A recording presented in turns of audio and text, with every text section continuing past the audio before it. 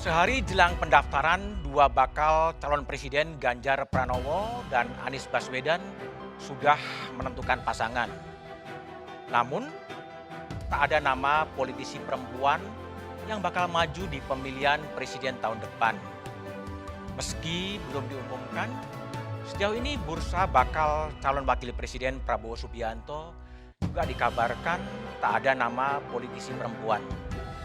Keterwakilan perempuan juga dikhawatirkan bakal berkurang di Senayan usai Komisi Pemilihan Umum membuat aturan yang dianggap merugikan caleg perempuan. Kebijakan affirmative action guna meningkatkan keterwakilan perempuan di parlemen harus kembali digaungkan. Bukan sekedar soal representasi, tapi juga partisipasi. Satu meja The Forum spesial pemilu malam ini sangat istimewa. Karena tak hanya bicara pemilu, namun juga mengundang dan memberi ruang bagi para politisi perempuan untuk bicara dan mengambil peran. Bukan hanya soal kuota, namun juga nasib bangsa dan negara. Kenapa? Karena ada kesan peran perempuan di panggung politik masih dipinggirkan. Benarkah demikian? Inilah satu meja The Forum spesial pemilu. Pilpres 2024, politisi perempuan berperan atau figuran? Saya selalu kalau pidato sekarang saya janji. Apapun yang digariskan oleh Partai Amanat Nasional dari semua organisasi tentunya harus dijalankan oleh para kadernya.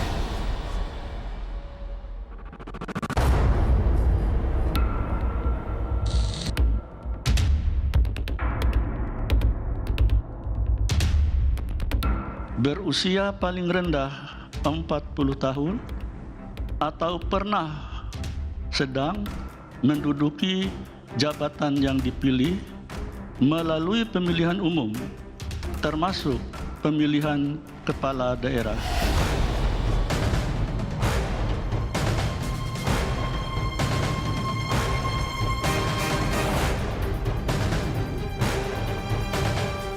Dengan mengucapkan Bismillahirrahmanirrahim, maka calon wakil presiden yang dipilih oleh Partai Demokrasi Indonesia Perjuangan yang akan mendampingi Bapak Ganjar Pranowo adalah Bapak Profesor Dr.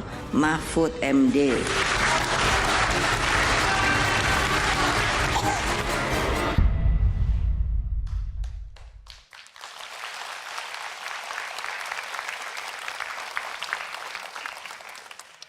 Malam ini sudah hadir 9 politisi perempuan, kader-kader terbaik dari 9 partai politik di negeri ini. Di antaranya dari ujung sebelah kiri Mbak Oki Asokawati, politisi Partai Nasdem. Malam Mbak Oki. Ada Mbak Nihayatul Wafiroh, Wakil Ketua Komisi 9 DPR dari fraksi PKB. Malam Mbak Nini. Lalu ada Mbak Sumiati, pengurus Exco Pusat Partai Buruh. Malam Mbak Sumi. Di sebelah kanan saya ada Diah Pitaloka dari fraksi PDI Perjuangan, Wakil Ketua Komisi 8 DPR. Ada Mbak Dahlia Umar, Ketua DPP Partai Persatuan Pembangunan. Malam Mbak Dahlia. Kristina Aryani, Ketua DPP Partai Golkar. Malam Mbak Kristina. Lalu kemudian ada Rahayu Saraswati, Wakil Ketua Umum Partai Gerindra. Ya, malam Mbak Sarah. Lalu ada Sita Anjani, Ketua DPP PAN, malam. Sita dan Mbak Ratu Ratna Damayani, Ketua DPN Partai Gelora Indonesia. Assalamualaikum warahmatullahi wabarakatuh. Selain 9 politisi perempuan, saya juga ditemani 2 panelis perempuan, yakni Feni Rose, ya, artis dan orang presenter. Dan ada Mbak Titi Anggraini, anggota Dewan Pembina Perludem.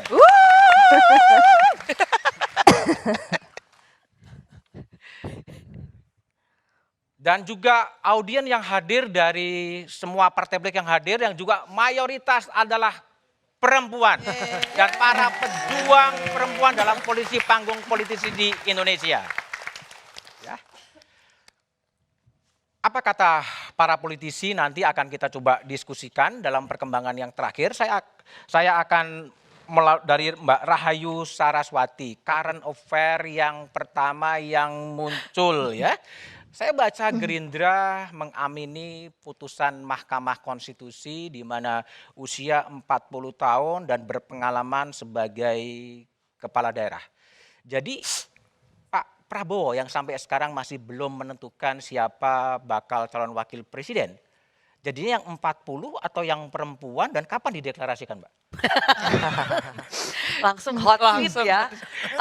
Jadi pertama saya koreksi dulu, itu bukan berpengalaman sebagai kepala daerah, tapi Ya. sebenarnya telah melalui pemilihan umum. Oke. Artinya semua di sini yang Boleh pernah ya. atau sedang Iya. duduk sebagai anggota DPR, mau itu DPRD maupun DPR RI sebenarnya berhak untuk maju. Kalau masih di bawah usia 40 tahun pun juga Oke. berhak gitu. Kalau pertanyaan tadi kapan deklarasinya, saya pun juga masih menunggu. Menunggu apa? Masih menunggu keputusan dari para pimpinan Koalisi Indonesia Maju. Kapan itu pulangnya?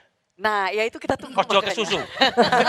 Karena kan kalau di kami ini bersifatnya musyawarah mufakat. Hah? Jadi tidak mungkin ada pengambilan keputusan tanpa semuanya hadir. Oke. Jadi yang terpilih secara demokratis melalui pilkada atau yang siapa kemudian? Kita serahkan, karena kemarin kan sudah ada 4 nama yang diserahkan.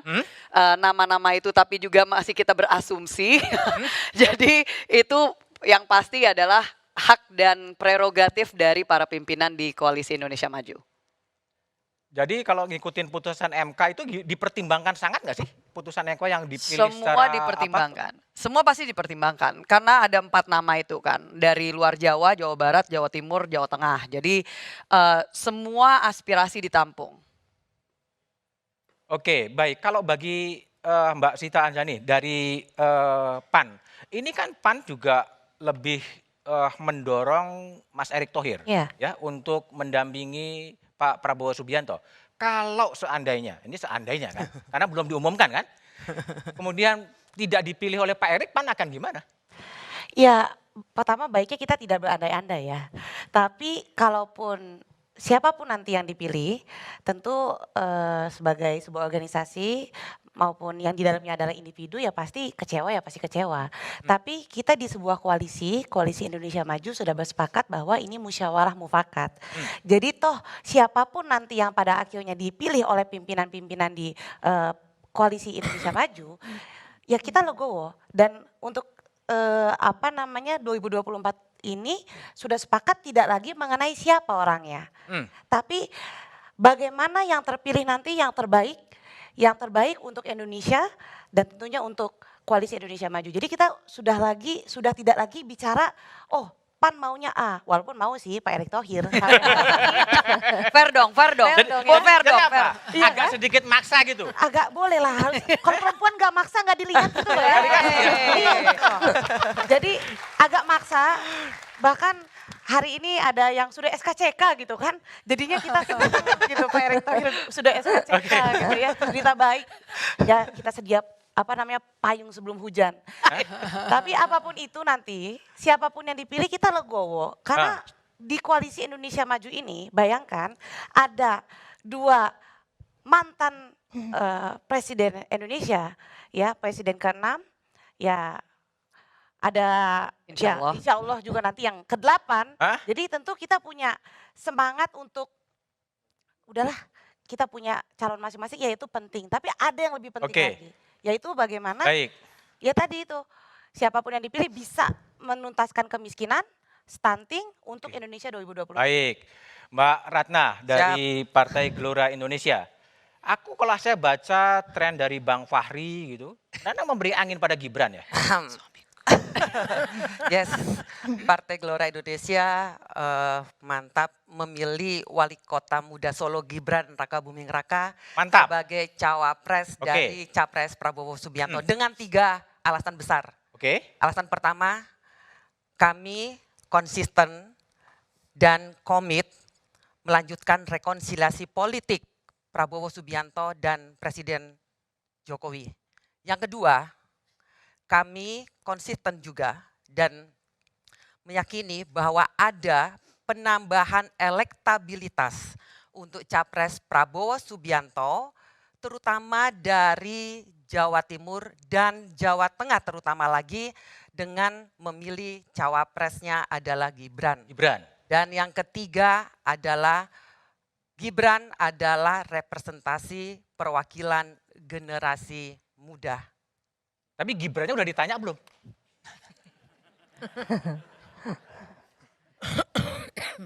Mas Budiman, namanya politik Hah? itu selalu ada lobby-lobby, ada komunikasi-komunikasi batin politik. Batin ya. Ada lobby-lobby di kamar gelap politik. Christina Aryani. Kalau ada lobby-lobby di kamar gelap politik, itu posisi ketum Golkar Mas Airlangga gimana? Oh ini saya nih. Oh iya. Ya kalau kami sih masih Mas Budiman. Seperti terakhir kali kita berbicara sampai janur kuningnya itu naik. Oh, ya kan? masih jalur kuning ya? Oh. Posisi kami masih mendorong Pak Ikhtiar Erlangga tanpa Hartarto. akhir. Ya iyalah itu ketua umum kami dan Oh. kami melihat kan yang paling cocok memang ketua umum kami. Oke. Tapi seperti tadi teman-teman juga sampaikan ini kan musyawarah mufakat ya. Jadi keputusannya akan diambil berdasarkan rembukan nih ketua-ketua parpol dari koalisi ini sehingga ya kita lihat nanti hasilnya. Tapi ya sampai hari ini, sampai detik ini, sampai walaupun sekarang masih ada pleno di DPP Partai Golkar, posisi kami tetap mendukung. Hadir demi satu meja. Begitu Mas Budiman. Tapi pleno Golkar apa tadi hasilnya? Hari ulang tahun nih, 20 Oktober ini ulang tahun kami yang ke-59. Terus apa? Ya kami akan melakukan hal-hal biasa Jadi ya. akan berjuang sampai akhir Mas Airlangga sebagai wakil Kalau calon ini wakil. pleno sebetulnya lebih kepada apa aja yang akan kami lakukan nanti kan, puncak acara ulang tahun, logo itu semua kan memang harus ditentukan melalui pleno. Oke, tadi kan Gelora ngotot Gibran, Ya. kan? Wisuda ngotot Pak Golkar Erlangga. Mas Airlangga, Yes. PAN Pak Erick Thohir atau wapresnya 3 aja ya? Terus diganti masanya ya, dibagi gitu ya. Kita Ada rubah PAW. bidang Bidang konstitusinya. tertentu dibagi mungkin. Gak tahu menurut Mbak Titi bagaimana. Ya, jadi partainya 3 aja. Oke, baik. Wapres. Mbak Sumiati, Partai Buruh. Ini belum terlalu kelihatan. Ya, belum terlalu kelihatan ini akan kemana nih? Akan ke Pak Prabowo, apakah ke Mas Ganjar atau ke Mas Anies? Masih ngambang, masih nunggu apa atau ngikutin ojo ke susu itu? Jadi pengen ketawa nih. Kalau Partai Buruh begini Pak, kami itu kan ada 3 tahapan nih. Dari Rakernas, kemudian ada konvensi, terakhir rapat presidium. Nah, baru sekitar Oktober nanti kami akan melakukan rapat presidium. Oh, ini udah Oktober terkait, ya, akhir Oktober maksudnya. Nah terkait capres-cawapres, kami melihatnya bahwa kebijakannya tentang aturan kita kan menganut presidensial ya. Artinya kekuasaan ada di presiden. Oke. Jadi kami agak mengabaikan siapapun wapresnya. Oke. Jadi kami akan melakukan dukungan dan MOU dengan presiden, tentunya presiden yang capres ya, artinya capres yang minimalnya dia bisa meninjau ulang program Partai Buruh, yaitu meninjau ulang tentang Undang-Undang Cipta Kerja atau bahkan bisa mencabut. Oke. Itu Siapa target itu? kami. Dari antara Mas Anies, Pak Prabowo, Mas Ganjar yang mau meninjau ulang Undang-Undang Cipta Kerja siapa? Nanti Oktober. Jadi tunggu Loh, ini udah Oktober, Oktober. akhir Oktober Tinggal maksudnya. Nunggu loh. Akhir Oktober Jadi ini. Partai Buruh sampai nanti pendaftaran tanggal 25 itu nggak akan menentukan pilihan. Sebelum kami melakukan rapat presidium kita belum. Berarti nggak menentukan terancam terdiskualifikasi nanti kalau nggak menentukan pilihan dalam kurun waktu pendaftaran calon presiden, calon wakil presiden. Kan kami partai baru ya, partai baru memang kan tidak Oh, nggak memiliki kena hak itu ya. untuk Jadi ngambang aja terus. mendukung. Sampai Tapi ada komitmen kita akan melakukan meninjau MOU dengan Undang-Undang capresnya. Cipta Kerja. Oke, baik. Mbak Dahlia, ya P3 kelihatannya dulu kan Mas Sandi sangat ngebet ya untuk menjadi betul ngebet ya? Ini kompornya udah level dewa. Kode banget kompornya hari ini. Ya, sangat ngebet gitu. Tapi akhirnya tadi Prof Mahfud yang kemudian terpilih. Mas Sandi gimana? Kalau Pak Sandi itu kami memang menginginkan Pak Sandi awalnya. Menginginkan Pak Sandi. Dengan rasionalisasi yang sangat masuk akal ya. Tetapi pada prinsipnya bukan itu yang paling penting buat kami. Dari awal kepercayaan kami itu memang sudah ada di Pak Ganjar. Oke. Pak Ganjar siapapun wapresnya itu pasti menang. Pasti menang. Pasti Satu menang. putaran, Karena dua ada putaran. P3 di situ. Nah, karena ada P3 di situ. Hah? Jadi kalau memang rezekinya P3 dapat wapres, alhamdulillah. Kalau Alhamdulillah. tidak, keyakinan akan menang itu tidak hilang. Apalagi Prof Mahfud menurut kami juga sama warnanya dengan kami. Oh. Ya, karena kami berlatar belakang Islam, kemudian banyak juga basis kami dari kalangan Nahdlatul Ulama. Prof Mahfud juga sangat dekat dengan kalangan Muhammadiyah. Jadi kami merasa chemistry-nya nyambung dengan Nyambung ya? siapapun, terutama dengan Prof Mahfud sekarang. Jadi keyakinan kami adalah ini malah memudahkan kami ya untuk memperjuangkan Pak Ganjar Mahfud terpilih 2024. Menang seputaran atau 2 putaran?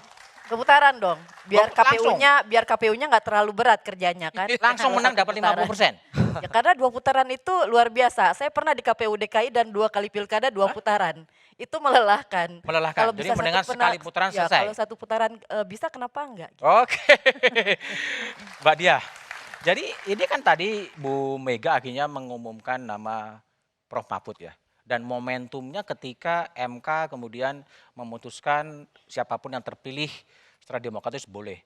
Ini strategi memang untuk momentumnya memang untuk mengcounter putusan MK dan sekaligus merebut suara-suara Nahdlatul Ulama dengan sosok Pak Mahfud?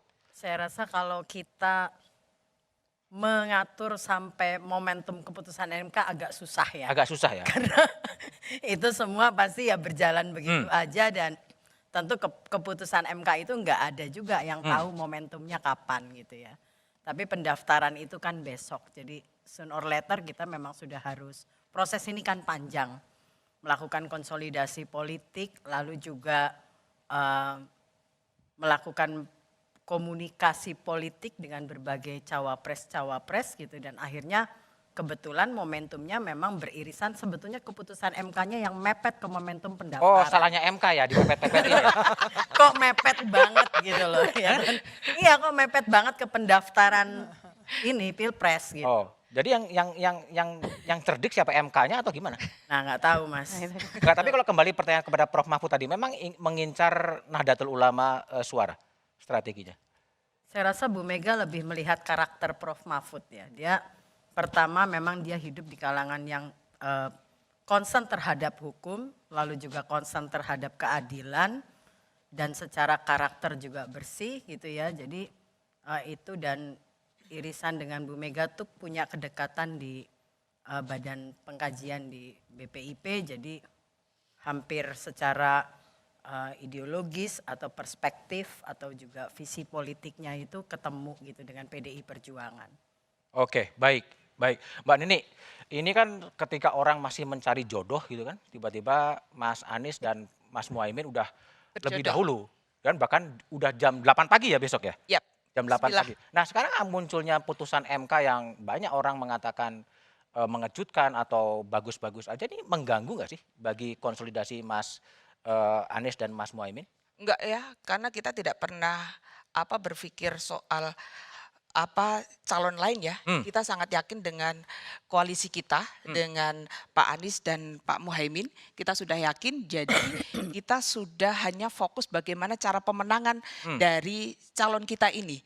Jadi kita tidak mau mengganggu dari koalisi lain, jadi kita fokus pada koalisi kita, urusan MK dan sebagainya itu kan memang tanggung jawab MK mengeluarkan itu dan kita menghormati itu, toh kita seluruh warga negara juga punya hak untuk melakukan itu. Jadi tidak ada apapun di dalam diskusi kami, di internal kami, di koalisi kami itu tidak pernah kami diskusikan sama sekali. Jadi mikir pokoknya kita bagaimana menang, Anies Muhaimin menang, yes. Seperti Sidoarjo. Iya. Besok Jakarta Malang, seperti Sidoarjo. Sidoarjo, Malang, Makassar dan beberapa tempat lainnya. Kalau besok Jakarta, Mbak Oki. Kalau besok strategi itu kan pagi-pagi tuh ketika orang masih ribut, kemudian koalisi dari Mas Anies dan Muhaimin langsung mengatakan akan mendaftar pertama kali ke KPU jam 8 pagi. Itu strategi masanya atau pengelolaan masanya seperti apa yang dalam bayangan Mbak Oki? Iya, Ya, saya rasa pasti akan banyak ya, karena setiap baik caleg maupun anggota dewan sendiri itu tentu akan mengakomodir atau akan mengajak Dan para relawan. kader-kadernya juga untuk tampil gitu, untuk mengusung bersama-sama. Tapi sekali lagi yang saya kagumi dari koalisi kami adalah menurut kami adalah kami yang paling berani terlebih dahulu gitu untuk menentukan sikap. Yang terutama adalah dari ketum kami Surya. Partai Nasdem, Pak Surya, beliau memang sangat visioner. Dalam arti kata, ketika beliau melihat bahwa Pak Jokowi sudah mulai melakukan hubungan-hubungan internasional, maka beliau pun kemudian memikirkan bahwa Indonesia memang harus lebih bicara dalam ranah internasional. Karenanya kemudian Anies dipilih oleh beliau. Karena memang Anies sebagai seorang intelektual, mempunyai wacana yang luas dalam orientasi luar negerinya, maka beliau kemudian memilih Anies. Dan kalau kemudian Gus Imin masuk, menurut saya itu juga sesuatu yang patut kita kagumi, karena artinya ada nasional religius di situ yang bisa meminimalisasikan atau menegasikan bahwa ketakutan masyarakat selama ini bahwa bangsa ini akan terpecah belah, dengan adanya kesatuan nasional dan religius itu menjadi lebih tidak ada, insya Allah. Yakin satu putaran juga menangnya? Iya dong. Yakin semua kan? Iya dong, Wah. harus satu putaran. Kalau semua satu putaran kan hemat anggaran. Iya, betul. Oke. Mbak Titi Anggraini, jadi ini kalau lihat ya dari 5 bakal capres maupun cawapres ini kan semuanya laki-laki nih. Meskipun sekarang 9 politisi perempuan di sini kan. Susah ya, atau ada handicapnya mungkin satu saat kita akan muncul dengan presiden perempuan gitu. Iya, dalam pilpres itu karakternya memang berbeda dengan pemilu legislatif. Kalau legislatif kursinya kan banyak dan kita punya kebijakan afirmasi, mendorong keterwakilan perempuan melalui affirmative action.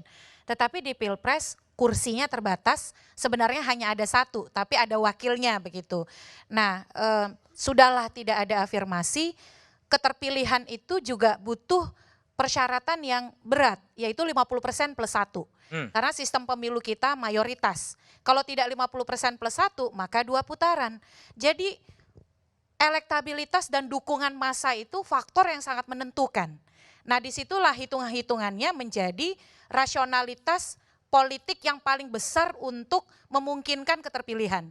Nah, perempuan kan memang garis mulainya terbatas dan dia lebih lambat untuk memasuki arena pertarungan.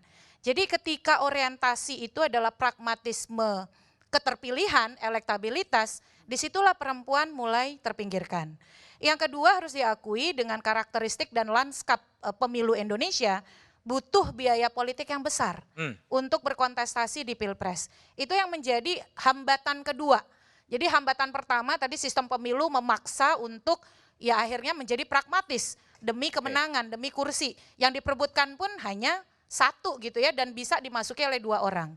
Yang kedua itu tadi daya jangkau elektoral kita yang luas sekali, pemilih kita 204 juta, 50% plus 1, konsekuensinya adalah politik biaya tinggi. Jadi ini yang memang bisa dipahami konteksnya ya. Ya. Oke, Feni Rose, jadi kalau Mbak Feni lihat panggung politik sama panggung hiburan bedanya di mana? Baik. Ini mungkin banyak yang bertanya-tanya ya, kok Feni Rose panelis gitu? Bisa ngomong apa dia? Ini narasumber-narasumber adalah perwakilan dari partai politik, baik yang di Senayan maupun yang masih di luar Senayan. Saya perwakilan dari partai dunia yang emang agak lain, dunia hiburan gitu. Tapi kalau saya melihat sih ya, dunia hiburan tuh kalau, ya kan saya masih jadi penonton ya. Saya melihat dunia politik sama dunia hiburan tuh agak adalah kesamaannya dikit-dikit ya. Betty ya? Betty. Beda tipis ya? Ada yang namanya pencitraan, ya kan itu kan ada image gitu kan harus bagus ya. Ya setuju ya gitu ya, walaupun ya kadang-kadang pencitraannya bisa sesuai, bisa agak jauh gitu dari aslinya. Yang kedua adalah masalah fans ya. Pendukung-pendukung itu kalau aku lihat di sekarang-sekarang itu lebih kayak fans garis keras gitu ya. Ya udah kayak tahu K-pop ya, ini mohon maaf jangan diserang ya ini ya. Tapi kan mereka benar-benar fanatik gitu, tahu betul dan dijaga betul nih idolanya ya. Jangan sampai jangan sampai ada yang nyenggol dikit gitu. Nyenggol dikit maju semuanya. Seperti itu. Jadi idola ya dalam dunia politik aku melihatnya ini pendukung itu kalau melihat idola itu nggak boleh salah dan nggak pernah salah gitu ya. Jadi kalau idolanya agak oh salah nih kayaknya, wah harus dicari betulnya itu ya, itu 2. Yang ketiga aku juga melihat ada kesamaannya loh dengan dunia hiburan. Kalau dunia hiburan itu banyak sekali aktor yang sudah punya anak, anaknya juga terjun. Jadi, iya kan, jadi aktor juga. Jadi, gitu ya? Ya itu ada faktor-faktor genetika gitu ya, bakat menurun dari bapak, dari ibunya. Walaupun mungkin kadang-kadang beda ya, misal bapaknya pemain sinetron, anaknya nyanyi. Tapi masih dunia hiburan juga, misalnya bapaknya atau ibunya penyanyi, anaknya kemudian jadi presenter, itu ada gitu ya, bakat. Itu kalau saya lihat di dunia politik juga agak sama ya? Agak banyak sebenarnya, agak dikit loh banyak ya begitu. Ya. Tapi kan ini masalahnya itu kalau di dunia hiburan dia sah-sah aja. Tapi kalau di dunia politik ini kan kaitannya sama kekuasaan ya. Gitu ya, jadi kan agak gimana gitu. Agak gimana gitu ya. Gimana gitu ya. Nah yang ya ini juga masih menjadi telaah saya sebagai penonton ya. Apakah panggung politik itu sama juga seperti panggung dunia hiburan. Penuh dengan drama dan kepalsuan. Apakah kemudian ini drama dan kepalsuan, tapi saya juga akan menggali lebih dalam. Menurut para politisi perempuan, arena pilpres ini kelihatannya masih diwakili oleh laki-laki. Sampai kapan kemudian keterangan perempuan bisa muncul? Kami kembali setelah jeda berikut ini.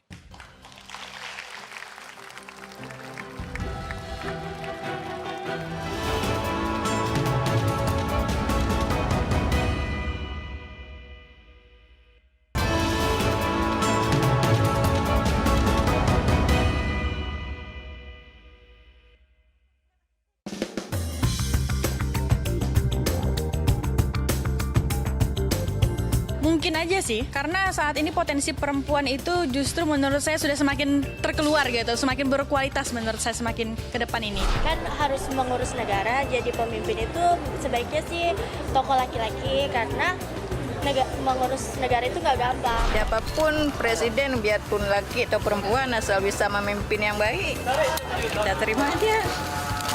Perempuan kan emansipasi sama, bisa cari rezeki juga.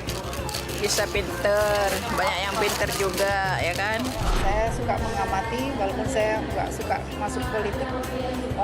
Kalau menurut saya untuk saat ini belum ada figur yang cocok untuk cawapres maupun capres. Perempuan, ya belum ada.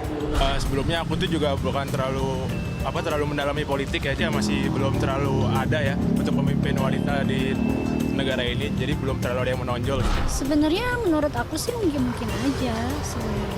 Udah nggak kayak zaman dulu lagi lah intinya gitu. Sekarang kan udah zaman udah zaman bukan zaman Kartini lagi kayak gitu kan. Ya mungkin ya, karena sempat juga ya dipimpin sama perempuan ya. Yang penting saya ke depannya kembali lagi ke awal ya Teh ya. Zaman dulu, zaman saya pendidikan, pekerjaan, alhamdulillah. Tapi sekarang lihat masa-masa anak-anak. Saya punya anak yang kecil, gimana memikirnya buat anak masa depannya. Kalau saya pribadi tidak setuju. Ya bangsa Indonesia ini bangsa yang besar. Mbak Titi, aku kok jadi terinspirasi ya. Kalau tadi kan pertanyaannya adalah mungkinkah Indonesia ada capres-cawapres dari perempuan? Putusan MK kemarin tuh aku jadi terinspirasi gitu. Kira-kira mungkin nggak ya? Ini kan kemarin diajukan untuk dilihat lagi mengenai batas usia ya. Mungkin nggak sih kalau aku gitu ya mengajukan untuk MK itu bikin atau apalah siapalah kemana gitu ya. Untuk ada aturan mengenai jenis kelamin. Maksudnya Pak? Ya ini kan kalau usia jadi capres-cawapres sekarang usianya boleh tuh 35 gitu kan ya. Sekarang bikin aturan bisa nggak sih bahwa harus ada perempuannya. Jadi kalau capresnya laki ya cawapresnya perempuan gitu kan. Kalau capresnya perempuan cawapresnya laki. Jadi selalu adil gitu loh. Karena kalau nunggu ya kayaknya kan ini masih ada tinggal satu nih ya koalisi yang belum. Tapi kalau dari naga-naganya sih kayaknya nggak ada ya yang perempuan gitu. Jadi mendingan gimana kalau itu juga dibuat aturannya. Nah itu namanya istilahnya adalah affirmative action. Jadi tindakan khusus sementara yang diberikan bagi kelompok yang marginal supaya dia bisa mengejar ketertinggalan dan mendapatkan keadilan dan kesetaraan. Jadi sampai paradigma masyarakat kita ini berubah, mau menerima dan bisa menerima perbedaan jenis kelamin, maka dia perlu tindakan khusus tadi. Nah itu kehadiran negara untuk memberikan keadilan. Nah, cuman masalah gini nih Mbak. Ada masalahnya apa survei lagi? itu tahun 2014. Jadi ada pertanyaan ke publik. Kalau diperhadapkan pilihan 2 caleg, 1 laki, 1 perempuan.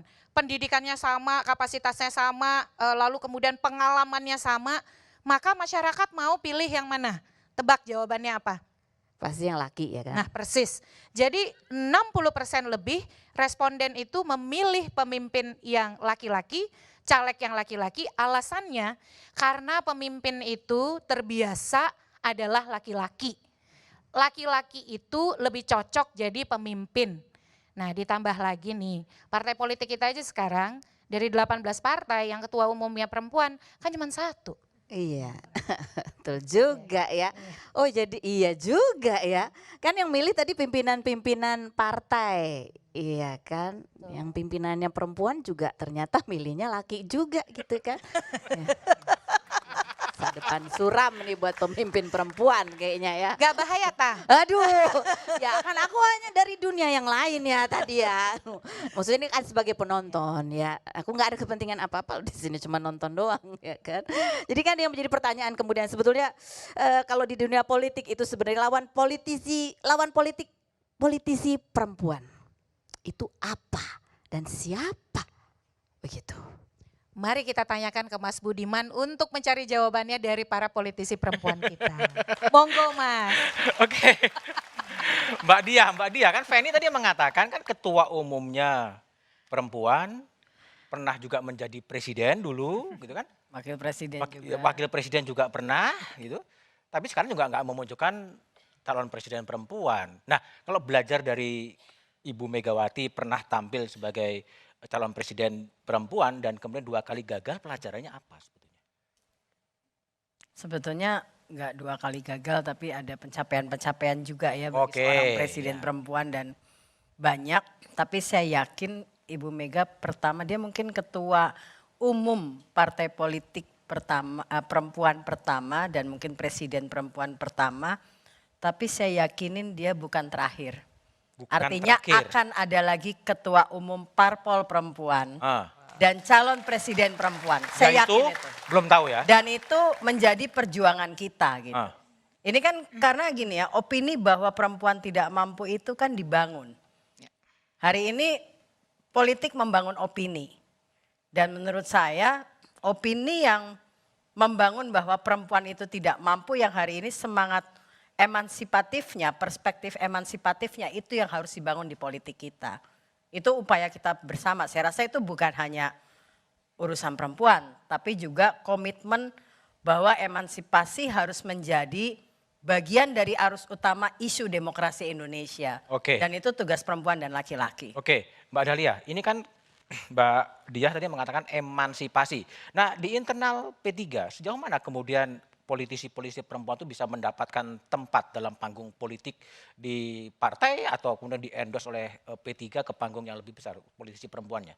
Ya di Partai Persatuan Pembangunan kami sangat mendorong partisipasi perempuan. Jaket yang saya pakai ini adalah jaket Wanita Persatuan Pembangunan. Oh jaket WPP ya? Oh. Jadi ini adalah saya perempuan Partai P3. Yang kami memiliki struktur sampai di tingkat daerah. Jadi secara nasional kita memiliki kekuatan kelompok perempuan khusus yang kami asuh untuk menjadi kader-kader partai. Nah di sisi lain kami memang dalam pencalegan itu alhamdulillah P3 melampaui 30%. Kami 35% total jumlah perempuan untuk seluruh daerah pemilihan. Yang kedua dari kepengurusan kami hampir 40% malah perempuan ada di jajaran kepengurusan pimpinan harian DPP Partai P3 termasuk saya. Jadi kenapa itu penting? Karena kami menilai bahwa P3 juga basis dukungannya adalah perempuan. Basis dukungan perempuan yang menurut kami aspirasinya itu pasti lebih pas kalau ditangkap oleh perempuan.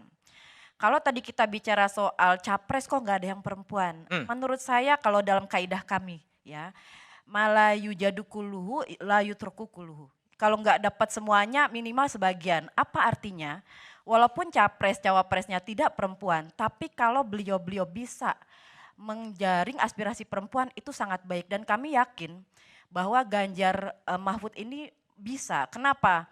Karena beliau-beliau pernah punya sejarah pada saat duduk di Komisi 2 mendorong kuota perempuan dalam pencalonan 30%. Ini saya nggak Itu rekam kampanye ya, jejaknya ini ya? sejarah, Oke. ini fakta. Saat itu beliau-beliau ada di Dewan dan mendukung. Kenapa saya tahu? Karena saya juga bagian dari dorongan itu ya. Jadi pada saat pembahasan rancangan undang-undang menuju penguatan kuota perempuan dalam pencalonan, saya adalah bagian dari tim asistensi yang mendukung Komisi 3 dan Kaukus Perempuan di situ. Dan Pak Ganjar dan Pak Mahfud pada saat itu ada di situ. Nah, ini adalah bukti bahwa kedua orang ini pernah punya sejarah keberpihakan terhadap perempuan dan pastinya kami sebagai partai pendukung akan terus memfeeding apa sih sebenarnya aspirasi perempuan yang harus mereka perjuangkan. Oke, Mbak Dahlia. Sekarang Mbak Nini, PKB. Sejauh mana nih kemungkinan PKB pada satu saat adalah Ketua Umum Partai Kebangkitan Bangsa dari perempuan? Ada nggak sih peluangnya untuk Jadi tampil ke sana? sebenarnya kalau di PKB sangat terbuka ya untuk perempuan mengambil peran-peran strategis ya di PKB. Contoh sekarang di Baja. Baja ini Barisan Pekerja Amin. Oke. Ada 3 orang yang setiap partai ini harus menyetorkan namanya. Dan saya di PKB satu-satunya perempuan. Dari tim koalisi saya satu-satunya perempuan yang diutus oleh PKB untuk tim Baja.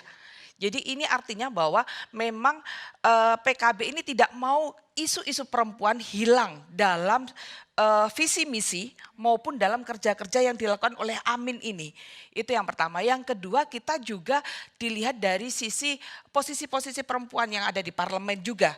Dan juga kita lihat bagaimana Undang-Undang TPKS waktu itu ya, Undang-Undang TPKS waktu 2015 saya, Rahayu, Mbak Diah ini termasuk pengusulnya. Lalu juga ketika 2020 ya, itu termasuk anggota kita Mbak Lulu juga yang mengusulkan. Sekarang pun kita juga yang mendorong bagaimana termasuk undang-undang PRT. Untuk segera disahkan itu juga dari PKB. Ini artinya sebenarnya PKB ini memberikan ruang yang sangat besar untuk perempuan. Dan jangan lupa menteri yang diusulkan oleh PKB salah satunya adalah perempuan, yakni Ibu Dr. Ida Fauziah. Oke, Dan baik. beliau juga adalah wakil ketua umum di DPP PKB. Ya. Ini menunjukkan bahwa posisi-posisi perempuan ini menempati tempat strategis. Beberapa pimpinan di komisi, ada 2 orang wakil pimpinan di komisi juga perempuan. Ada saya, ada Mbak Anggia di wakil pimpinan komisi 4. Jadi ini menunjukkan bahwa kita ini komitmen pada isu-isu perempuan dan lagi-lagi sama dengan teman-teman yang lain kita juga mendorong bagaimana 30% ini benar-benar terlewati. Walaupun kemarin ada yang namanya KPU ya, KPU ada hitungan menurun ke bawah, bukan hitungan ke atas, tapi ternyata kita prakteknya juga melebihi dari 30% dari caleg perempuan di tiap level. Oke, Mbak Oki. Jadi perjalanan kelihatannya masih lama dan masih panjang ya untuk pada satu saat kemudian muncul capres perempuan. Mbak Oki sendiri sebagai kader Partai Nasdem, nggak pengen ya gantiin Bang Surya Paloh? Ya, yang tadi sudah dijelaskan oleh Mbak Titi bahwa memang perempuan itu terlambat untuk masuk dalam ranah politik begitu. Dan menurut saya kami para politisi perempuan juga perlu melakukan otokritik karena harusnya kita ini bersama-sama secara kolektif bisa melakukan artikulasi yang lebih hebat lagi terkait dengan let's say misalnya ketersediaan keluarga, stunting, ekonomi keluarga, dan bahkan kita sudah punya kaukus perempuan kan di DPR begitu. Namun yang saya lihat bahwa memang sulit buat kami, bukan sulit, perlu tantangan, perlu kerja keras lagi untuk bisa menembus grass ceiling, begitu Rahayu ya, grass ceiling, sehingga kita bisa kemudian lebih berani untuk tampil.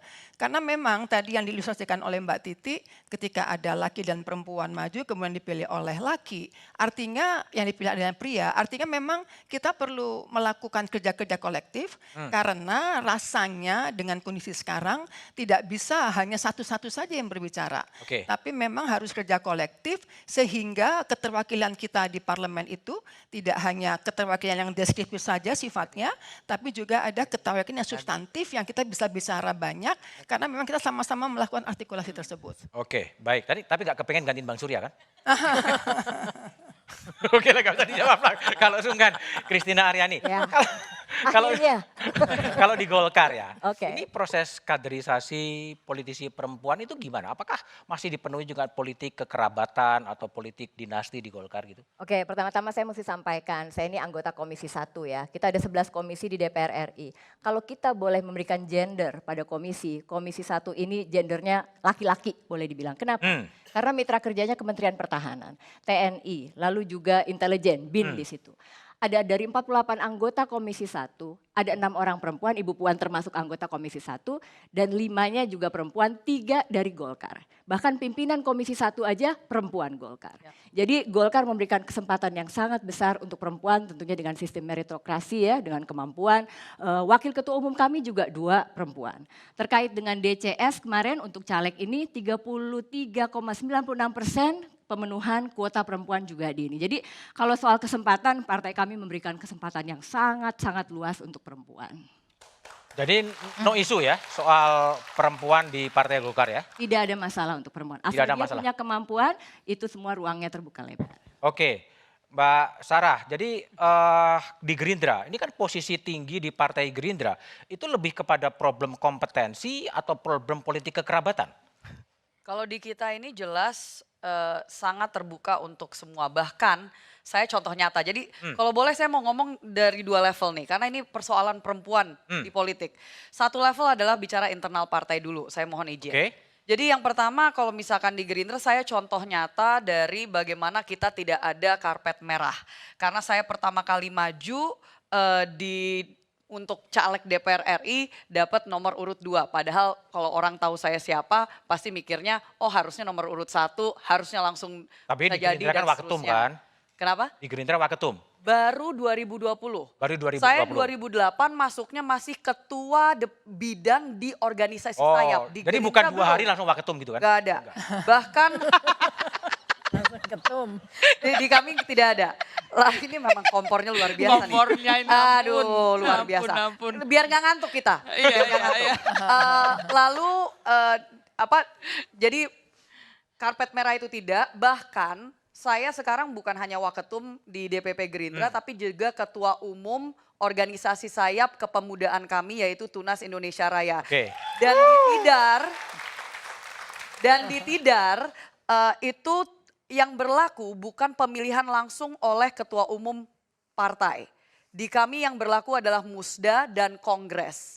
Pada saat kongres itu saya harus maju dan kampanye untuk bisa mendapatkan dukungan dari pengurus-pengurus daerah untuk dipilih sebagai ketua umum. Jadi tidak ada itu kaderisasi semuanya berlaku dan memang siapa yang dianggap dan saya juga harus membuktikan diri sebelum menjadi wakil ketua umum. Saya menjadi anggota DPR, saya menunjukkan loyalitas saya pada saat 2019 saya nggak jadi.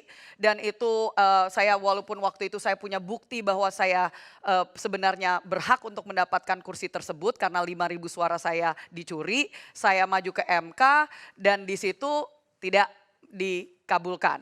Jadi di sini itu prosesnya panjang gitu. Itu satu untuk internal bahwa di Gerindra sebagai wakil ketua umum perempuan diberikan ruang karena wakil ketua umum perempuan bukan hanya saya sendiri, ada beberapa. Dan juga ketua umum organisasi sayap kepemudaan. Kalau organisasi sayap perempuannya udah pasti perempuan ketua umumnya. Tapi organisasi sayap kepemudaan belum tentu. Dan saya mungkin satu-satunya ketua umum organisasi sayap kepemudaan maksimal 35 tahun pada saat SK keluar. Yang kedua saya mau angkat, ini kebetulan saya sama Mbak Diah ini adalah ketua presidium dari 2 kaukus perempuan. Mbak Diah adalah ketua kaukus perempuan Parlemen Republik Indonesia dan saya ketua presidium kaukus perempuan politik Indonesia, KPPI. Di sini kalau kita bicara tentang perempuan dan politik, mohon maaf Mas, nggak bisa kita hanya bicara tentang apa yang dilakukan setiap partai karena ada partai-partai yang tidak hadir di sini malam hari ini. Karena jadi tempatnya kalau penuh nanti. kita bicara tentang effort untuk meningkatkan keterwakilan perempuan itu harus it needs to be a unified effort lintas partai. Hand in hand. Karena yang berlaku di Indonesia dan terutama di DPR adalah musyawarah mufakat, bukan voting aja seperti di Barat. Yang kalau musyawarah mufakat artinya apa? Pada saat kita memperjuangkan 30% dapil nomor urut satunya perempuan, sayangnya waktu itu pada saat saya masih ada di DPR, itu hanya 4 partai dari 10 Yang fraksi memenuhi. yang mendukung hal tersebut. Ya, jadi ini masih menjadi perjuangan luar biasa untuk kita bisa menembus sistem atau glass ceiling seperti tadi Mbak Oki sampaikan di politik. Jadi Baik. kita harus bekerja sama, ini bukan miliknya Gerindra, miliknya Golkar, miliknya PDI Perjuangan. Ini milik kita bersama untuk kita golkan bersama ke depan. Oke, harus hand in hand. Sita Anjani, PAN. Mbak Sita, banyak orang yang mengatakan bahwa Mbak Sita ini dapat karpet merah di PAN karena Karpet biru putrinya- kali. Hah? Karpet biru. Oh, salah saya. Kalau biru Mbak Dia ya. Oke, karpet biru karena putri dari Bang Zul. Gimana Anda respon itu? Ya, saya tuh masuk di PAN sejak 2018. 2018 juga ya? Ya. Jadi nggak 2 hari kan? Enggak dong. Di PAN itu meritokrat sesungguhnya. Ini saya kasih tahu kenapa. Saya masuk PAN 2018, saya jadi anak buahnya Eko Patrio. Jadi Mbak Vini kalau penghambat besok belajar langsung di PAN banyak temannya. Cocok. Jadi 2018 ketua saya tuh namanya Eko Patrio. Dia ketua DPW DKI Jakarta. Waktu itu Bang Zul sebagai ketua umum juga sudah ketum. Jadi saya bukan hanya di DPW, di bawahnya lagi. Oke. Lalu juga saya masuk di organisasi Puan. Terima kasih juga Puan yang udah hadir. Ada anaknya Pak Wapres, Maruf Amin, Bu Siti Muda, thank you. Dan saat itu saya bukan hanya di Jakarta, di bawah lagi. Lalu di organisasi saya juga nggak ada ketua-ketua, bawah sekali. Lalu setelah 2019 pemilu, barulah saya mulai aktif di DPW dan karena DKI waktu itu cetak skor besar, dari 2 kursi jadi 9 dapat pimpinan, saya suara tertinggi jadi salah satu wakil pimpinan di DPRD DKI, baru naik pangkat. Jadi ketua DPP di PAN. Itu yang pertama. Yang kedua, kalau kita lihat ini dari data KPU ya, bukan saya yang bicara, tapi data KPU menyatakan bahwa untuk partai parlemen dengan caleg perempuan tertinggi, itu ada di PAN di angka 37,7%. Jadi bukan saya bicara tapi KPU yang bicara. Lalu juga sebenarnya kalau kita lihat di PAN itu ada namanya, mungkin udah pada kenal semua yang cantik banget anggota DPR RI Desi Ratnasari. Kebetulan beliau itu ketua DPW Jawa Barat.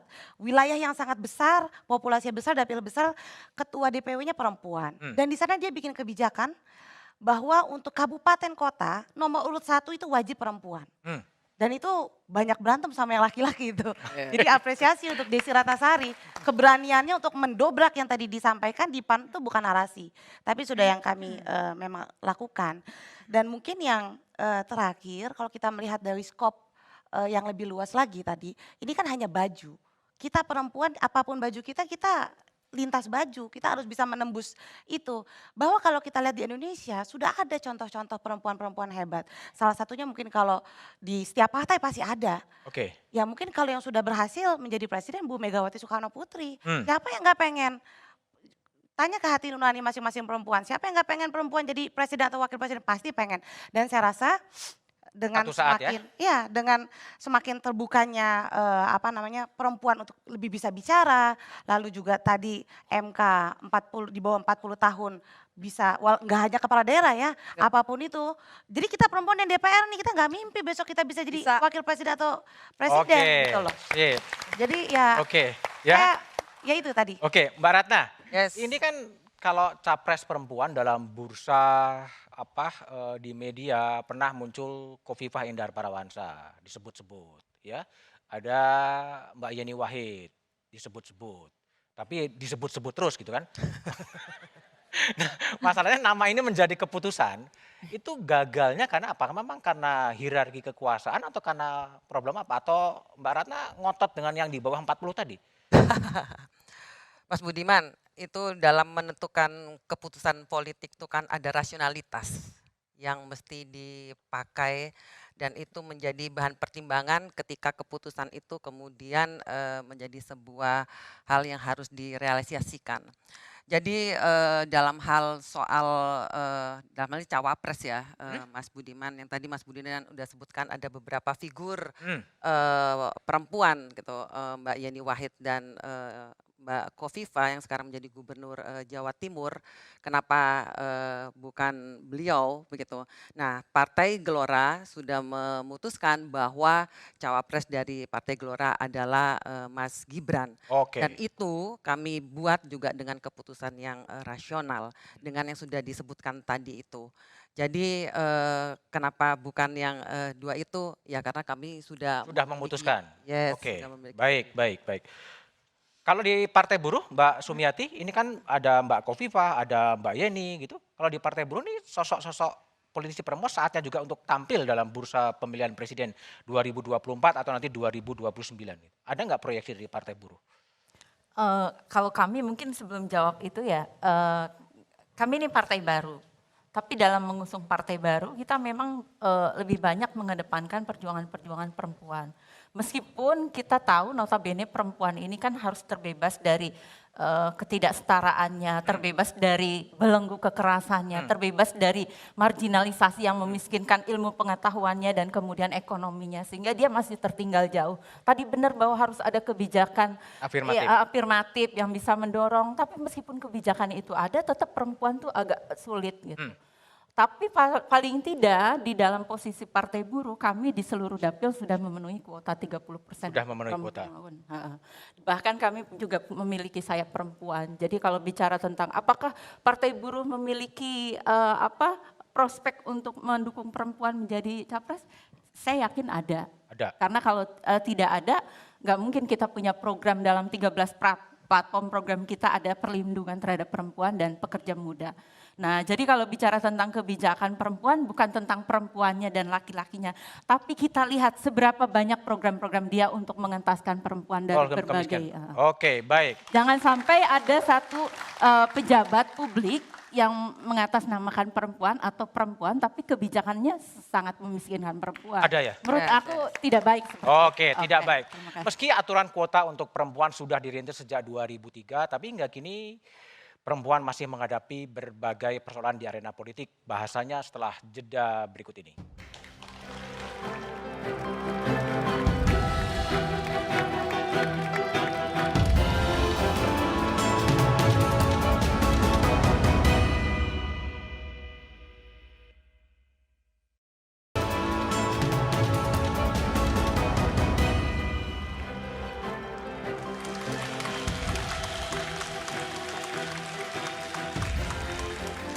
Anda kembali bersama kami di satu meja The Forum spesial pemilu. Saudara, bagi perempuan, terjun ke dunia politik itu sama saja seperti masuk ke medan perang. Betulkah demikian?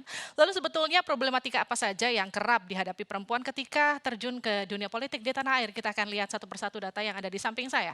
Kita mulai dari sejarah kuota perempuan di DPR. Dimulai dari tahun 87 kemudian ke pemilu 92. Ini ada kenaikan keterwakilan perempuan di DPR, tapi kemudian keterwakilan ini menurun di pemilu 97 dan juga 99. Di 2003 kemudian ada gerakan untuk menambah kuota keterwakilan perempuan di parlemen. Kala itu kemudian muncul undang-undang yang menyebabkan pemilu 2004 dan juga 2009 ini keterwakilan perempuannya semakin membaik di parlemen. Kita lihat data selanjutnya. Ini kemudian dasar hukum kuota untuk perempuan. Kalau tadi saya sempat mention di 2003 kemudian dikuatkan kuota perempuan, itu kemudian dituangkan dalam Undang-Undang Nomor 12 Tahun 2003. Di sini ada pasal 65 ayat 1 yang kemudian menyebutkan salah satu poinnya adalah setidak-tidaknya keterwakilan perempuan itu ada 30% dari anggota parlemen. Kita lihat selanjutnya di Undang-Undang Nomor 7 Tahun 2017 kemudian undang-undang yang tadi dikuatkan lagi dengan yang ini di pasal 246 ayat 2 kemudian di sini disebutkan bahwa dari setiap 3 orang bakal calon terdapat paling sedikit setidaknya ada 1 keterwakilan perempuan bakal calon. Kita lihat keterwakilan perempuan di DPR dari data di 2014 dan juga 2019. Dari 560 kursi di 2014 itu ada 97 kursi yang diisi oleh anggota parlemen perempuan atau sedikitnya setidaknya ada sekitar 17,32%. Angka ini meningkat di pemilu 2019. Angkanya dari 575 kursi, anggota parlemen 120 kursi atau sekitar 20,8% itu adalah perempuan. Di 2024 angka ini sebetulnya bertambah dari 575 di 2019. 2024 tuh ada sekitar 580 kursi. Jadi harapannya keterwakilan perempuan itu akan semakin bertambah di 2024 nanti. Tapi kalau kita lihat sebetulnya problematika apa saja sih yang kerap dihadapi oleh politisi perempuan ketika masuk ke dunia perpolitikan tanah air. Di antaranya adalah terbentur oleh kultural dan juga struktural. Jadi dianggap masuknya perempuan ke dalam perpolitikan tanah air itu hanya sekedar formalitas aja. Rentan dicurangi bertubi-tubi ketika kemudian menghadapi satu kecurangan, enggan kemudian diteruskan, melaporkan, memproses ini, kemudian diperpanjang. Ada juga politik kekerabatan dan juga dinasti politik. Ketika seorang perempuan masuk ke dunia politik, ketika misalnya suaminya sudah lebih dulu terjun ke dunia politik, atau misalnya bapaknya atau kerabatnya sudah lebih dulu, dianggap, oh jangan-jangan ini adalah bagian dari dinasti politik. Hal itu tidak terjadi ketika misalnya kaum laki-laki yang lebih dulu masuk ke dunia perpolitikan. Dan kemudian kita bicara soal kuota 30% tadi yang kemudian jadi problem klasik ketika partai politik itu lemah dalam kaderisasi khususnya bagi politisi perempuan. Jadi setidaknya dianggap kuota 30% ini hanya sekedar formalitas yang harus dipenuhi ketika musim pemilu tiba. Kita lihat selanjutnya, persentase bakal caleg perempuan di pemilu 2024. Bakal calon sementara keterwakilan perempuan ini 37%. Angkanya memang tinggi di atas 30%, tapi angka ini sebetulnya turun dari pemilu 2019 lalu. Tapi sebetulnya bagi masyarakat seberapa penting sih keterwakilan perempuan di parlemen? Kita lihat ini dia.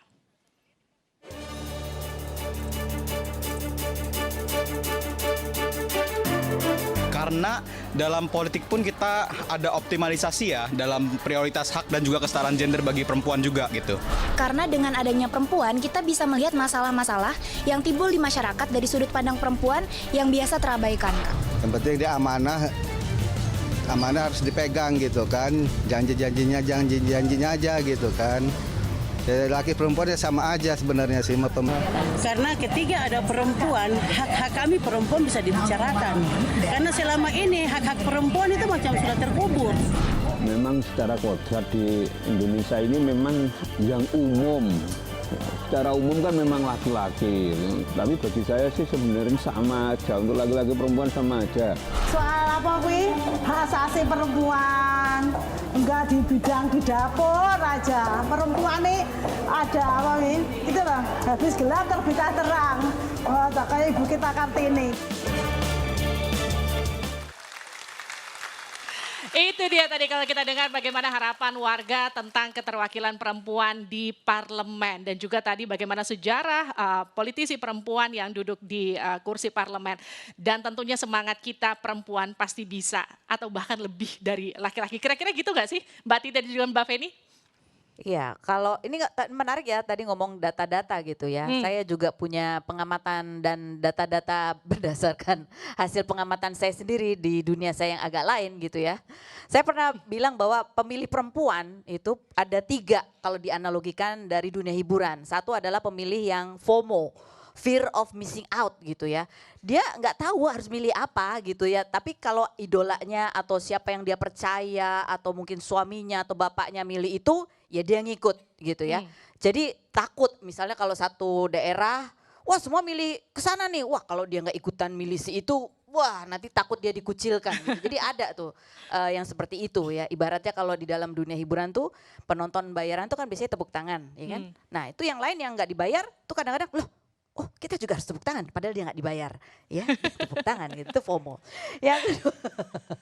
Yang kedua adalah pemilih yang analoginya adalah seperti penonton drama gitu. Dia akan memilih siapapun yang dramanya itu membuat dia merasa relate dan tersentuh, ya kan?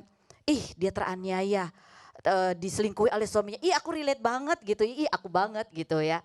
Atau dia menderita banget sehingga dia berempati, bersimpati. Itu dia bisa tuh memilih seperti itu. Jadi kayak rasa kasihan.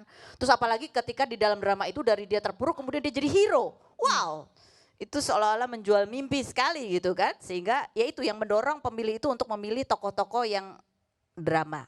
Ya, yang ketiga adalah penonton infotainment. Kalau buat aku mungkin penonton infotainment kan seolah-olah gosip-gosip, enggak ya, bukan begitu. Kalau menurut saya nih dari pengamatan saya, penonton infotainment itu dan juga follower-follower akun-akun gosip itu kalau ditelaah mereka itu adalah detektif-detektif yang amat sangat handal gitu ya. Karena skandal-skandal di tahun berapa itu mereka masih ingat gitu kan. Data-data pernah ngapain aja apapun itu percakapannya di sini itu ya. Itu mereka sudah tahu dan bahkan misalnya ada postingan yang cuman misalnya ada selebriti posting sebentar, terus dia nyesel, dia take down. Itu sudah langsung di capture sama penonton-penonton infotainment dan itu menjadi sebuah data jejak digital yang tak termaafkan. Intel terbaik ya. Tapi menariknya tuh Mbak Femi itu masuk kategori yang mana? Tentu saya penonton infotainment dong. Berarti suka screenshot juga ya? Artinya ini adalah yang logis yang melihat pada jejak, rekam jejak gitu ya. Tapi ini sedikit gitu, sedikit dan tersembunyi. Kenapa? Karena stigmanya itu, wah suka gosip nih gitu ya, ibu-ibu banget gitu. Padahal enggak, itu adalah perempuan-perempuan kritis yang dia lebih banyak diam dan tidak banyak menonjol gitu ya. Justru yang banyak itu adalah yang drama dan yang FOMO. Nah tapi dari pengamatan aku lagi nih, kalau untuk politisi-politisi perempuan itu tantangannya adalah bukan cuma memetakan 3 jenis ini, tetapi mereka juga harus menghadapi tantangan yang namanya kalau di dunia hiburan itu namanya hatersnya artis perempuan. Which is hatersnya artis perempuan itu adalah perempuan juga, ya kan? Iya. Itu ya. Hatersnya perempuan itu adalah perempuan juga. Yang ngebully perempuan itu perempuan juga gitu ya. Tapi ada juga yang fans-fans garis keras yang perempuan juga ada gitu, yang laki juga ada. Syaratnya apa? Yaitu satu, dia harus drama. Di dalam kalau dia pemain sinetron itu harus dia sinetron yang teraniaya gitu, yang sedih banget gitu kan. Itu satu ya, pokoknya drama lah. Terus tapi habis itu dia harus bisa bangkit. Jadi harus menjual kesedihan kemudian kebangkitannya. Itu gimana caranya lah itu ya. Yang kedua itu yang akan dia mendapatkan fans yang loyal dan garis keras itu adalah yang sering bagi-bagi giveaway. Dan yang ketiga itu adalah jenis yang belak-belakan apa adanya, seolah-olah jujur gitu. Itu ya walaupun dia kontroversial, tapi orang menganggapnya dia jujur nih walaupun kontroversial dan selalu mengundang kontroversi dan keributan. Itu biasanya juga punya fans-fans loyalnya. Tapi di dalam semua itu juga harus ada satu yang penting adalah konsistensi. Mau dia drama, mau dia giveaway, mau dia orang yang belak-belakan jujur apa adanya suka buka-buka rahasia orang gitu ya. Tapi dia harus tetap konsisten. Jadi kalau dia di dunia politik ya harus di situ. Jangan tiba-tiba besok enggak gitu ya. Tiba-tiba 2 hari iya langsung gitu. Gak bisa. Perempuan itu tantangannya lebih banyak memang ya. Iya. Saya melihat Mbak Feni jadi tidak bisa berkata-kata. Ternyata bukan sekedar pengamat ya. Tetapi seperti detektif infotainment gitu. Atau jurnalis infotainment yang dari pagi sampai tengah malam harus ngikutin terus artisnya gitu. Tapi pengalaman saya Mbak Feni ya. Berinteraksi dengan perempuan-perempuan politisi hebat di depan. Yang bukan hanya mempromosikan perempuan pilih perempuan, kebijakan yang lebih ramah perempuan, afirmasi yang lebih kuat. Kadang-kadang tindakan afirmatif yang tadi kita diskusikan, kalau Mbak Feni kan pengen laki jadi capres, maka cawapresnya perempuan. Atau sebaliknya, itu luar biasa tuh Mbak, itu harus kita perjuangkan. Tapi di beberapa situasi, hal itu masih dianggap beban oleh para elit yang menjadi pimpinan partai. Jadi afirmasi bagi perempuan kan tindakan khusus ya, karena kita tertinggal untuk menuju kesetaraan dan keadilan. Tapi itu paradigma itu nggak nyampe Mbak. Yang baru dirasakan itu tuh membebani, dia harus cari perempuan, merekrut perempuan, ya karena ada problem tadi kaderisasi. Terus yang kedua adalah, kalaupun perempuannya sudah jadi, dia berhadapan dengan yang disebut maskulinitas kepemimpinan yang hierarkis dan feodal. Jadi apapun visi dan terobosan yang dipunyai oleh politisi perempuan, kadang terbentur oleh hierarki tadi. Harus ikut pimpinan partai, harus ikut kebijakan partai. Akhirnya goal yang harus dia perjuangkan, kepemimpinan perempuan yang bermakna, itu menjadi tidak terwujud. Tapi benar atau enggaknya Mas Budiman perlu menanyakan kepada para narasumber kita. Oke, saya ke Mbak Sumiati. Tadi ada telaah ya, kalau Feni kan lebih FOMO, infotainment, ya drama. Nah dari Partai Buruh, dari Mbak Titi tadi, ada nggak sih problem hierarki dan feodal ya di Partai Buruh yang sehingga membuat politisi perempuan itu susah sekali untuk naik dalam panggung yang lebih tinggi? Sebenarnya kalau di Partai Buruh saya tidak melihat itu ya. Nggak melihat ya? Sampai saat ini belum. Tapi memang perempuan ini kenapa susah karena memang secara budaya kan memang dia dikerdilkan. Dia Dikerdilkan, dimiskan. struktur ya? Iya. Karena budaya kita patriarki artinya kan masih mengedepankan laki-laki dan itu yang menghambat sebenarnya. Nah, Partai Buruh ini coba mengangkat gitu melalui program-program kebijakannya. Mengangkat agar perempuan ini bisa ikut berpartisipasi, bahkan kita juga selalu melakukan upaya-upaya agar perempuan juga lebih aktif gitu sehingga kita memiliki wadah sendiri. Bahkan kita tekankan pokoknya Partai Buruh harus 30% meskipun kita tahu emak-emak garis keras ya. Coba meyakinkan suaminya gitu agar dia didukung, mendapat support material gitu. Bahkan ada yang protes, Mbak Sumi, aku kebetulan wilayah binaanku Sulawesi. Jadi pada proses gini, Mbak Sumi ngadu dong katanya, perlu diadvokasi. Kenapa? Suamiku tidak mensupport uang katanya gitu. Jadi itu ada persoalan. Suaminya pun tidak mensupport? Tidak mensupport keuangannya karena sama-sama susah kan. Artinya itu menjadi Mbak Ratna, persoalan gitu. ini kalau di Partai Gelora, apakah hierarki dan patriarki laki-laki itu masih menjadi membayangi di struktur partai? Tidak Mas Budiman, saya sendiri adalah salah satu pendiri Partai Gelora. Dan di Partai Gelora dari struktur Dewan Pimpinan Nasional ada 5 diantaranya perempuan dan mereka membidangi bidang-bidang yang cukup kompleks ya. Saya sendiri di bidang jaringan, kemudian bidang kesehatan, ada Dokter Rina, kemudian bahkan bidang olahraga pun dipegang oleh perempuan. Kemudian bidang perempuan tentu saja bidang itu dipegang oleh Mbak Rati Sanggarwati dan ada bidang pelayanan masyarakat itu yang cukup kegiatannya tinggi itu pun dipegang oleh perempuan. Jadi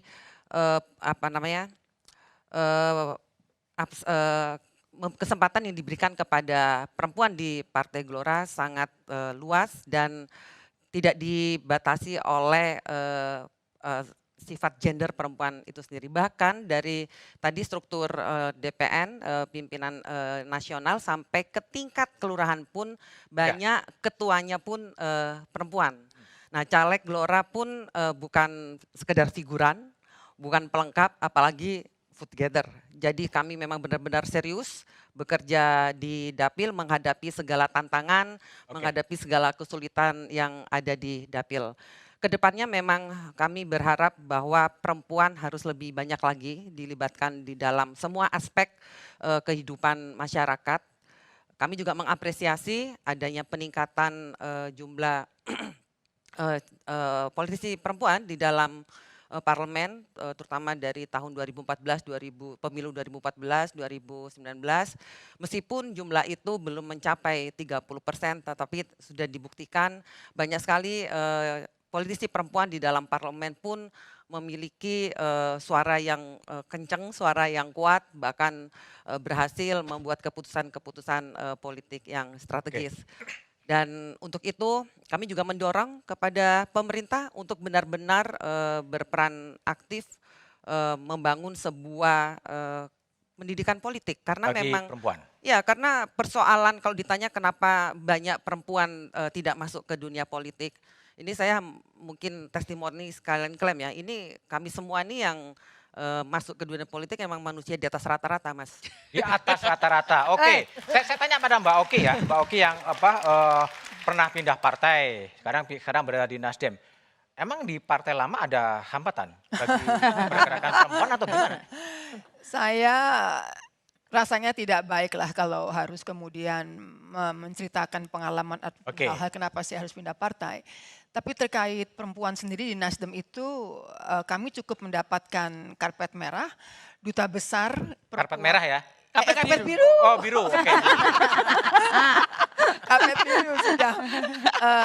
Apa jenengnya? Iya, jadi kayak misalnya duta besar itu Pak Surya Paloh milih 2 perempuan waktu itu. Kemudian wakil ketua MPR juga perempuan. Artinya memang perempuan itu di Nasdem itu cukup diberikan karpet biru begitu.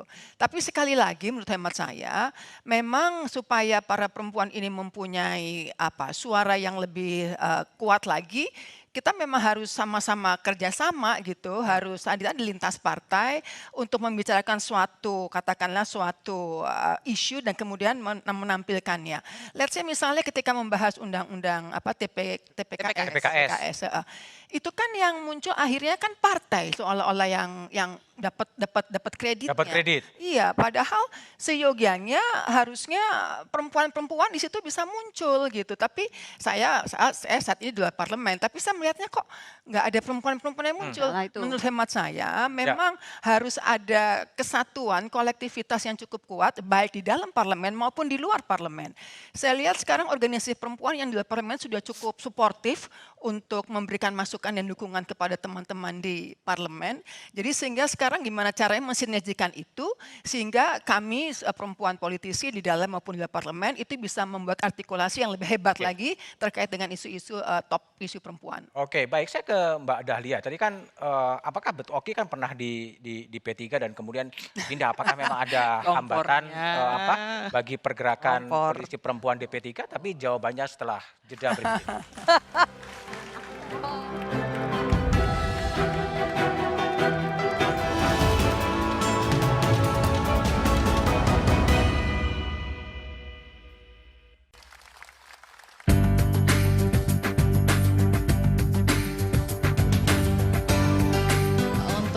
Lebih menyuarakan suara hati perempuan aja sih ya, untuk seperti mewakilkan hak-hak perempuan untuk lebih diperjuangkan lagi seperti itu. Karena kan yang kita tahu saat ini marak banget kayak KDRT gitu. Ya, biar kesejahteraan perempuan itu bisa baik, jadi dijaga, dihormati, itu setara dengan laki-laki. Bener lah, biar bisa mewakili orang-orang perempuan gitu.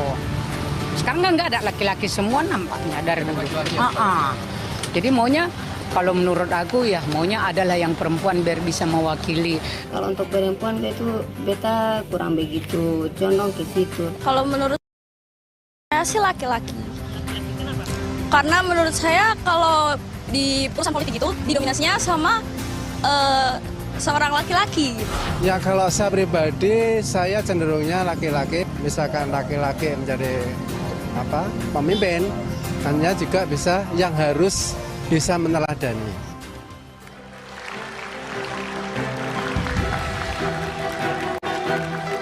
Oke, Mbak Dahlia terlebih dahulu. Mbak, tadi betul nggak sih bahwa memang ada hambatan karir politisi perempuan di P3 sebetulnya? Kalau di P3 jenjang karir itu berdasarkan meritokrasi, karena kami tidak ada pemilik saham tunggal partai. Misalnya ada partai yang betul-betul ownernya tidak bisa tergantikan dan terserah dia siapa yang menjadi ketua di tingkat wilayah gitu ya. Beberapa di kepengurusan tingkat DPW misalnya Jawa Timur, itu ketuanya perempuan, Bu Munjidah Wahab Hasbullah. Dia juga adalah Bupati Jombang. Begitu juga di Sulawesi Barat, kemudian di Riau, dan beberapa DPC ya di Jawa Tengah itu Bu Nurul, ya, iparnya Mas Ganjar juga dulu ketua DPC Purbalingga P3. Di Banyumas ketuanya perempuan, di Serang, di beberapa wilayah di Jawa Timur, di Aceh itu perempuan. Jadi banyak ketua DPW, DPC yang perempuan di P3. Yang menurut saya itu menunjukkan bahwa bukan sebuah hal yang luar biasa, bahkan hal yang biasa ternyata menjadi ketua partai P3 di tingkat daerah yang perempuan. Sehingga kemudian efeknya adalah di DPP sekarang lebih banyak lagi perempuan yang menduduki jabatan ketua dan wasekjen. Dan itu menurut saya menunjukkan bahwa kami ingin sekali kepemimpinan perempuan itu ditunjukkan, bukan sekedar retorika ya. Kalau kita berretorika kan gampang aja gitu.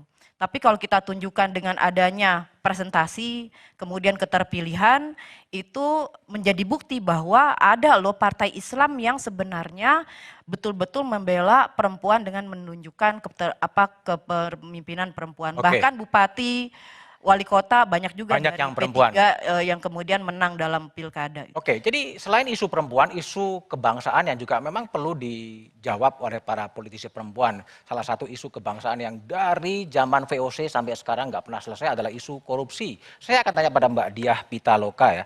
Meskipun Pak Jokowi adalah petugas partai atau kader partai, tetapi juga ada menteri dari kemudian PDIP yang kemudian terjerat dalam kasus korupsi. Apa sebenarnya garis politik dari Ketua Umum PDI Perjuangan untuk menjawab akutnya korupsi di negeri ini?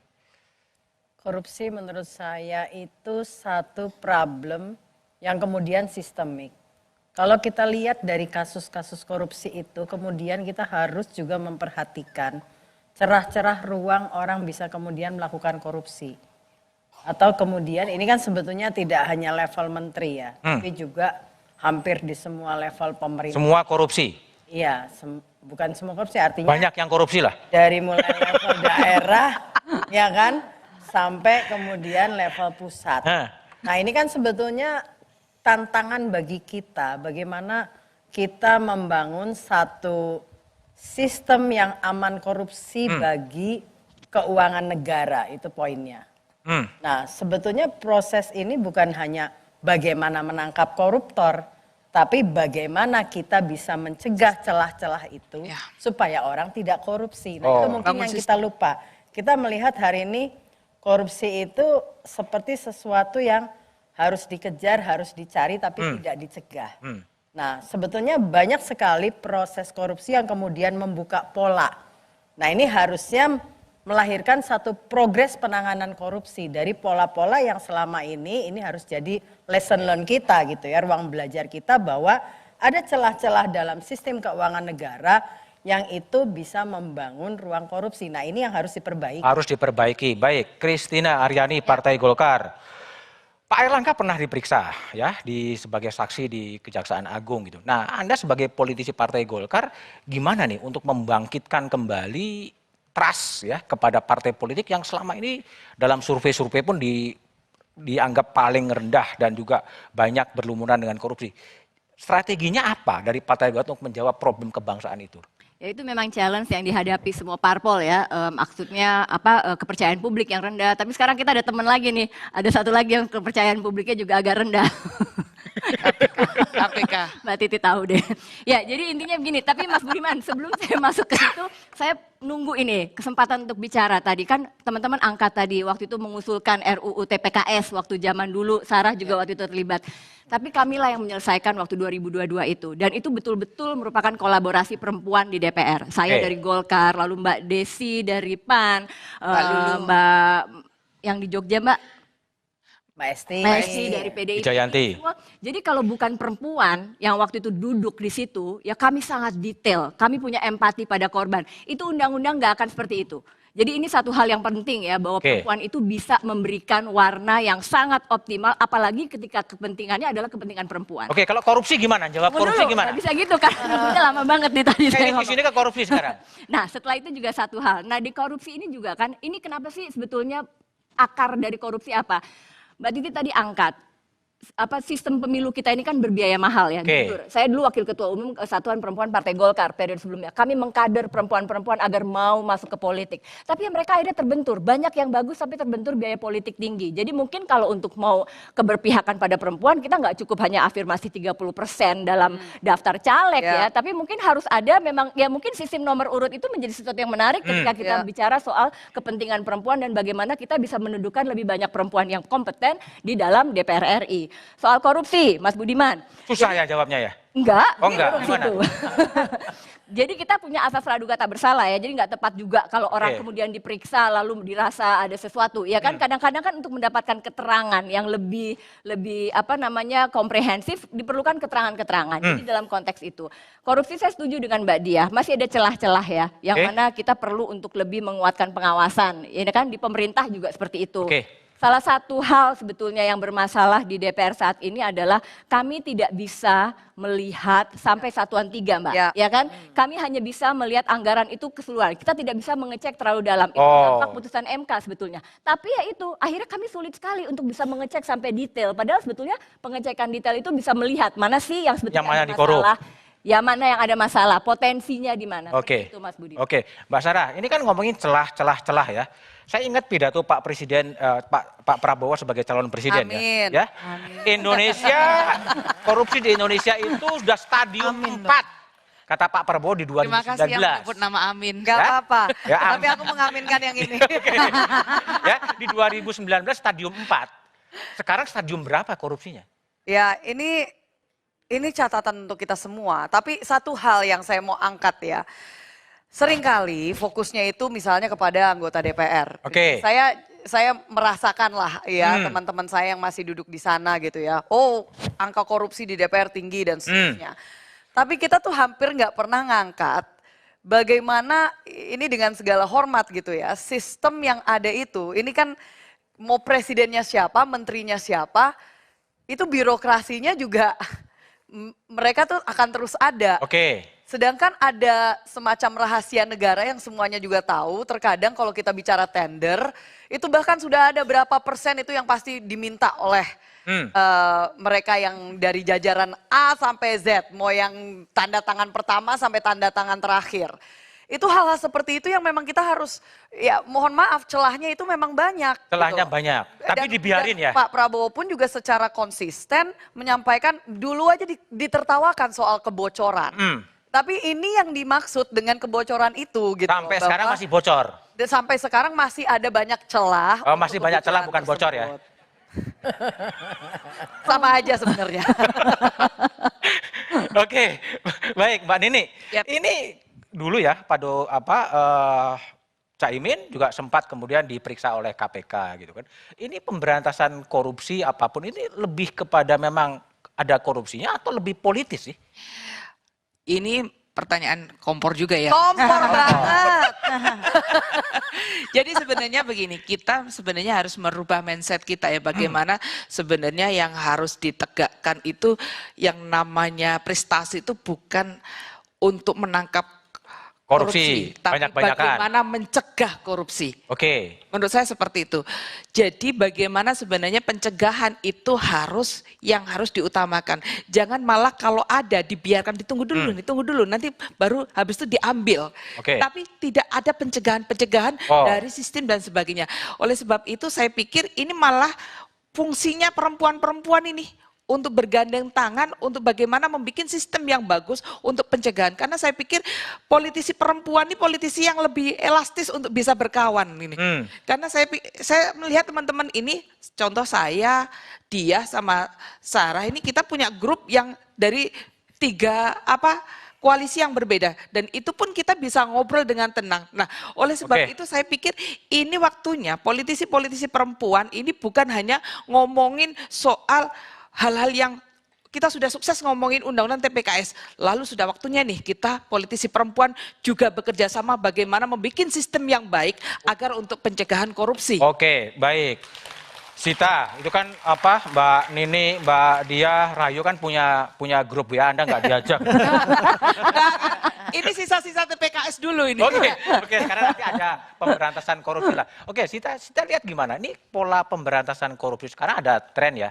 Ada menteri diduga kemudian korupsi, tapi menteri itu diduga diperas gitu kan. Jadi yang meras diperas. Nah itu gimana jelasinnya? Ya jadi kalau kita lihat dari data ICW, International Corruption Watch, Indonesia itu skornya 34. Artinya apa? Indonesia itu peringkat 110 dari 180 negara. Jadi kalau dibilang kanker stadiumnya udah lewat. Udah stadium sekarat. Jadi kalau kita bicara mengenai korupsi, kalau kita bicara mengenai pemberantasan pencegahan tapi pencegahannya dimundurin dikit lagi karena kita konteksnya di sini adalah politisi, dimundurin lagi saat politisi itu menjadi seorang politisi saat dia gelantik. Sebelumnya itu kan ada proses kampanye. Nah proses kampanye itu negara harus hadir di situ. Memberikan support apalagi untuk perempuan. Misalnya contoh kita udah tahu lah mau jadi DPR RI itu berapa sih harganya. Mau jadi wagub, gub, kepala daerah, bupati. Apalagi mau jadi presiden. Berapa harganya? Ada, misalnya di DKI ngomong gampang aja. Berapa harganya? Saya ngomong di dapilku aja ya. Dapilku DKI, DPRD DKI minimal. Kalau rajin keliling sehari 10 titik 2 miliar. 2 miliar? Ya, kita kan ya? nggak mungkin turun ke masyarakat nggak bawa snack box. Atau kita tempel stiker dan lain. Ya. DPR RI di DKI Jakarta minimal kalau rajin keliling 10 miliar. 10 miliar? Ada Uang harga. semua ya? Yes. Oke. Jadi, nah Mas ini uangnya dari mana? Oke. Dari mana? Ya. Oke, baik. Jadi itu juga harus, saya rasa itu menjadi tantangan bahwa pembiayaan politik adalah sumber dari korupsi itu. Sumber dari korupsi. Itu yang juga sudah diangkat sama Mbak Christina Aryani tadi gitu loh. Bahwa ini mohon maaf saya tambahkan sedikit. Karena ini yang sering kali kita suarakan. Bagaimana kita pada saat duduk di situ, ini banyak teman-teman kita yang sudah jadi korban, Mas. Yang dimana mereka sebenarnya sudah luar biasa bagusnya, bahkan pernah menjadi wakil ketua komisi gitu ya, menyuarakan hak-hak untuk perempuan. Ditekan luar biasa untuk kita bisa menggolkan sebuah RUU, tapi pada saat kita sedang berjuang untuk bisa duduk kembali, hilang semua. Hilang Gitu. Dan ini yang tadi Mbak Oki juga sampaikan, kenapa nama-namanya yang memperjuangkan hal-hal tersebut itu nggak diangkat. Tapi saya mohon maaf, jangan juga dikira bahwa ini soal isu kebangsaan. Jangan kita terus-menerus hanya mengaitkan perempuan dengan isu perempuan. Oke. Padahal perempuan itu punya kepakaran di berbagai bidang. sekarang kan korupsi kan? Ada yang di bidang keuangan. Jadi kalau di Komisi 11 itu bisa langsung ngomong dengan OJK dan semua bank-bank bagaimana untuk memastikan ada pengawasan yang baik dan benar. Kalau misalkan di Komisi 4 itu kaitannya dengan pertanian. Kalau misalkan di Komisi 1 itu kita perlu perempuan-perempuan hebat lintas. Dan kalau bisa di Komisi 2 yang ini saat ini masih sangat jarang, padahal ini yang bicara tentang pemilu, itu perempuannya masih sangat sedikit. Oke, itu Ada problemnya ya. Oke. Nah, bahkan ada nggak? Ada nggak? Pasti Pertanyaan ada lah kalau mau cari. sekarang. Mbak Titi, kalau Mbak Titi lihat ini problem korupsi kan ramai sekali dibicarakan ya. Tapi nggak pernah ada solusi yang konkret gitu loh. Yang mau diatasi, Anda lihatnya gimana?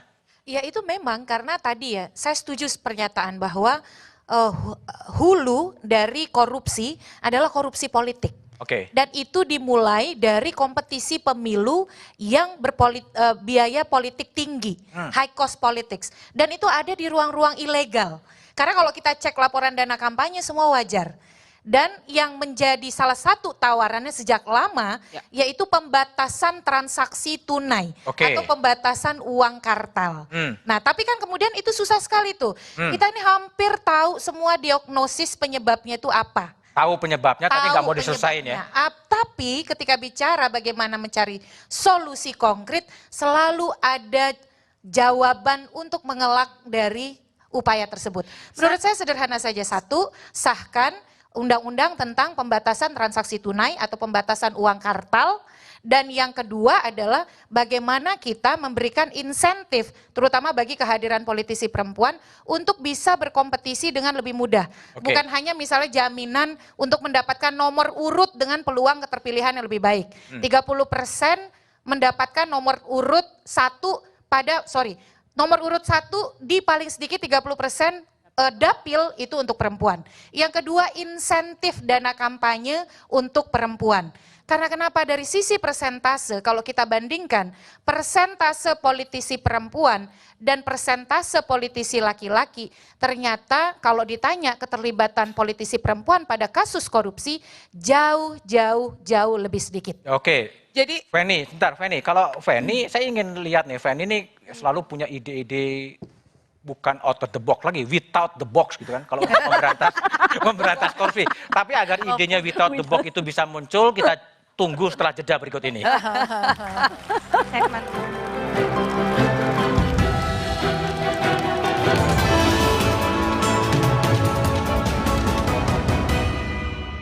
Ya, angka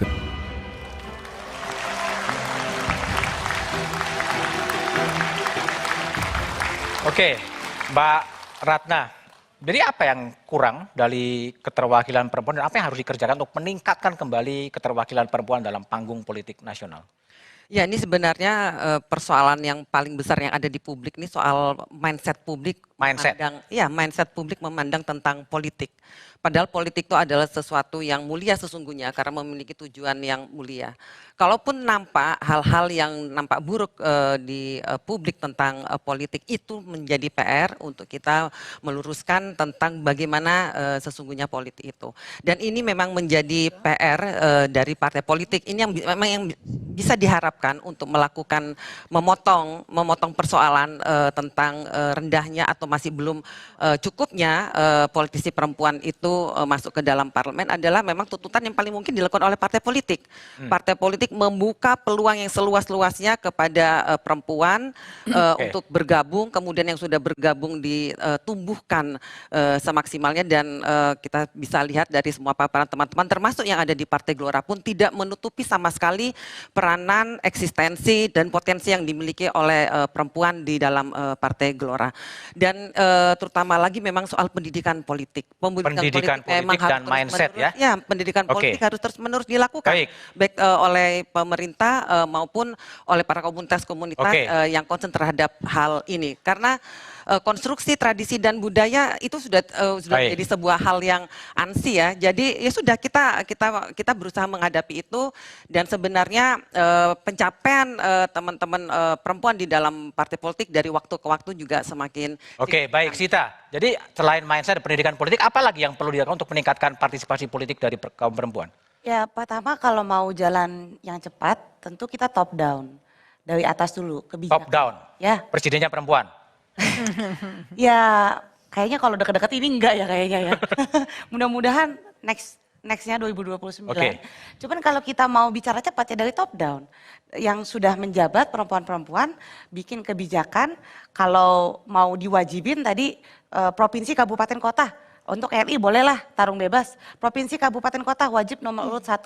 Kalau mau agak sadis 1 sampai 3 perempuan. Lalu yang kedua, pembiayaannya bagaimana untuk perempuan? Karena kalau nggak dibiayain juga nggak bisa. Mau dari mana? Pembiayaan ya? Ya, lalu yang selanjutnya dari bottom up. Ya tentu pendidikan politik penting. Bahkan kata salah satu artis penyanyi Beyonce, kekuatan itu tidak dikasih, diambil. Jadi perempuan harus sadar dulu nih. Kalau mau harus diambil. Rahayu Saraswati gimana? Harus diambil sebetulnya peluangnya gimana? Sarah? Dua ya, jadi yang pertama saya mau menantang tadi soal 30%, masalahnya kaderisasi dalam partai. Realitanya kita punya banyak kader, dan ini saya udah cek ke lintas partai. Kita punya banyak kader perempuan, tapi belum tentu banyak yang mau atau mampu untuk maju ke ranah politik. Ada dari karena tadi tantangannya banyak sekali, termasuk soal biaya dan dana. Jadi yang kedua, bicara tentang kalau tadi sistem, kalau ini pendidikan politik, satu, seringkali kita melakukan pelatihan untuk kader-kader kita, perempuan. Jadi kembali lagi, kaderisasi sebenarnya dilakukan dan pendidikan politik internal lintas partai saya yakin dilakukan. Yang masih menjadi tantangan besar adalah pendidikan politik kepada masyarakat. Masih banyak yang belum tahu bedanya antara legislatif sama eksekutif. Masih banyak yang belum paham kita ini maju sebagai caleg tuh untuk apa. Yang diminta cuma duit, dipikir bakal jadi sama aja kayak gubernur, megang untuk program, untuk terus habis itu dijalankan. Nggak tahu kalau misalkan ada caleg yang memberikan visi misi program itu bohong. Yang penting karena duitnya. Harusnya dia memperjuangkan visi misi program dari partai dan capresnya. Baik, Christina, tadi ada telaah kayak duit, betul ya duit ya? Jadi pertama, perempuan itu punya tantangan yang tidak mudah ya, karena untuk menjalankan peran seperti yang kami jalankan ini, kalau tidak ada dukungan keluarga juga suatu susah, ya kan? Padahal kita juga harus jalankan peran domestik dan lain-lain, itu satu hal. Doakan kami teman-teman, jika kami masuk lagi nih tahun depan, mungkin revisi Undang-Undang Pemilu bisa kami lakukan, dan kami akan atur ya, upayakan agar ada ketentuan-ketentuan yang bisa memberikan lebih banyak kesempatan untuk perempuan. Dan yang ketiga, temuan Mbak Titi tadi, ini untuk teman-teman semua dan juga yang nonton, perempuan harus pilih perempuan. Perempuan harus perempuan. Perempuan itu tidak akan membantu mengantarkan teman-teman perempuan membela perempuan. Mbak Dahlia, apakah strateginya sama perempuan harus perempuan, aktivis pilih aktivis gitu? Gimana? Kalau prinsip kami di P3 ini kita lihat dulu bagaimana kita punya manfaat buat masyarakat perempuan. Dalam 1 tahun ini kami sudah mengadakan 4 buzzer UMKM oleh fraksi partai P3 yang diikuti oleh ratusan pengusaha UMKM dan hampir seluruhnya perempuan. Gitu ya, itu dulu gitu. Jadi memang pemberdayaan ekonomi perempuan dulu untuk meyakinkan dulu bahwa kita peduli pada bagaimana mereka bisa mendapatkan penghasilan yang baik. Yang kedua adalah P3 juga concern dengan bagaimana supaya kita mengusahakan peran negara dalam membina kader partai perempuan. Tidak hanya yang dibutuhkan itu biaya untuk partai, tapi juga sebenarnya negara bagaimana bisa mensubsidi sayap organisasi perempuan di partai. Baik. Karena sesungguhnya di DPP gitu ya, itu masih sangat jarang. Sangat jarang. Biaya atau dana khusus yang bisa mensupport kegiatan-kegiatan sayap partai Baik, perempuan. Mbak Diah, strategi PDIP meningkatkan partisipasi politik perempuan? Saya nggak ingin bicara barriernya ya, saya ingin bicara pencapaiannya. Pencapaiannya tuh tadi kalau kita lihat grafiknya, representasi perempuan tuh terus naik. Itu faktanya. Jadi jangan-jangan kita terjebak di dalam mitosnya. Ya kan? Buktinya itu jauh banget dari 2009, tahun 99 sampai sekarang 2019. Itu faktanya pencapaian perjuangan perempuan. Ya. Udah? Dan belum. Pendek. Dan dari 30% daftar kandidat perempuan, kita dapat 20%. 20, enggak, sekarang mungkin 21, karena ada yang PAW-nya ternyata juga perempuan. Jadi angkanya naik di tengah masa jabatan kita gitu ya. Artinya dari 30% kandidasi kita dapat 22%. Baik. Artinya rasionya tinggi sekali untuk keterwakilan perempuan. Dari Partai Buruh gimana melihat meningkatkan partisipasi politik perempuan ini? Oke, pertama tadi tentang pendidikan politik di masyarakat, kemudian kuota perempuan, kebijakan afirmatif. Yang lain adalah tentang program perempuan itu harus ada di semua partai dan juga harus mengedepankan tentang bagaimana mengentaskan perempuan dari kekerasan dan juga dari faktor yang memiskinkan secara ilmu pengetahuan maupun ekonomi. Kemudian politik harus murah, jangan mahal. Politik harus murah. Ya, Oke. kemudian juga yang harus ditekankan bahwa kalau bicara tentang perbaikan korup, kan ini jadi perilaku korup karena dia mahal ya. Kalau bicara sistem hukum harus diperbaiki, itu ada legal structure, ada kemudian legal substance, kemudian ada legal culture. Nah ini budayanya yang harus diperbaiki. Oke, baik. Kalau dulu orang korup malu, sekarang tuh udah nggak malu. Nggak malu, oke, udah baik, biasa. baik. Nah Mbak kemudian Nin, bentar, satu lagi. Oke, satu pendek lagi. ya. Nah persoalan korupsi itu kan kalau misalnya ada yang mau bayar, harga mahal ketika ada orang mau bayar. Nah bagaimana nih semua partai yang ada nih bersama-sama bersepakat, jangan ada yang berani bayar. Jangan ada berani bayar. Kalau ada yang berani bayar pasti mahal, maka kita harus bersepakat jangan ada yang berani bayar sehingga ini menjadi pendidikan politik bagi masyarakat, warga negara bahwa tidak lagi bahwa pejabat itu harus dibayar. Mbak Nini, jadi strateginya apa PKB? Ya, jadi sebenarnya kalau politik perempuan itu bukan hanya how to get the power, tapi bukan hanya how to get the power, tapi how to serve the community juga. Tapi bagaimana kita juga memberikan pelayanan kepada masyarakat. Jadi menurut saya adalah supporting systemnya yang harus dibangun. Supporting systemnya mulai dari apa? Mulai dari tingkat budaya, keluarga, dan juga sistem yang ada di atas. Saya waktu periode lalu 2014 sampai 2019 saya wakil ketua di Komisi 2 yang membidangi soal KPU, Bawaslu, dan pemerintahan. Saat itu yang saya mengusulkan adalah bagaimana agar yang namanya biaya saksi di TPS untuk seluruh partai itu dibayar oleh negara. Itu butuhnya cuma sekitar 2 triliunan atau berapa. Dengan seperti itu akan biaya caleg akan lebih murah. Dan itu akan sangat real membantu caleg perempuan. Bagaimana kita bisa meletakkan caleg perempuan nomor urut 1 dan 2 kalau biaya untuk iuran untuk saksi mahal. Dengan begitu akan lebih banyak lagi perempuan yang berani diletakkan di nomor urut 1 dan 2. Jadi supporting sistemnya ini juga harus dibangun, bukan hanya dari sisi kita merekrut banyaknya perempuan, karena banyak perempuan yang luar biasa hebat kok, tapi mereka tidak memiliki supporting system yang menjadikan dia mau dan berani maju. Oke, Mbak Oki, jadi apa yang strategi dari Nasdem untuk meningkatkan partisipasi politik dari perempuan? Kalau menurut hemat saya, pertama bahwa kita para perempuan itu harus hand to hand, harus bersatu, bekerja secara kolektif, membuat artikulasi yang lebih kuat lagi untuk isu-isu top yang menjadikan prioritas bagi perempuan, itu yang pertama. Yang kedua, karena ini konteksnya tadi acara kita adalah dalam rangka Pilpres 2024, maka saya berharap setiap capres ataupun cawapresnya itu pasti nanti akan bicara mengenai top isu perempuan. Dan saya berharap itu jangan jangan hanya soal gimmick aja, jangan hanya soal simbol saja, tapi betul-betul itu direalisir karena sekarang kita lihat stunting, ekonomi keluarga itu masih jauh dari harapan. Jadi ketika nanti capres yang terpilih gitu dengan wapresnya itu betul-betul direalisir secara maksimal. Karena ketika itu direalisir secara maksimal, saya yakin pasti perempuan-perempuan akan bersatu, sehingga mereka akan lebih tampil lagi. Mbak Titi, coba dianalisis apa yang harus dikerjakan untuk meningkatkan partisipasi itu? Iya, keterwakilan perempuan dengan segala capaiannya tuh Mas Budiman tidak bisa diterima sebagai sesuatu yang taken for granted lah. Sebagai sesuatu yang jangan-jangan itu adalah memang seharusnya begitu atau sesuatu yang ada begitu saja. Tetapi dia juga menghadapi tantangan. Dan tantangan itu bisa datang dari institusi yang berkarakter demokrasi sekalipun. Tadi cerita siapa yang bisa menduga bahwa keterwakilan perempuan justru tantangannya hadir dari KPU. Institusi demokrasi bentukan reformasi.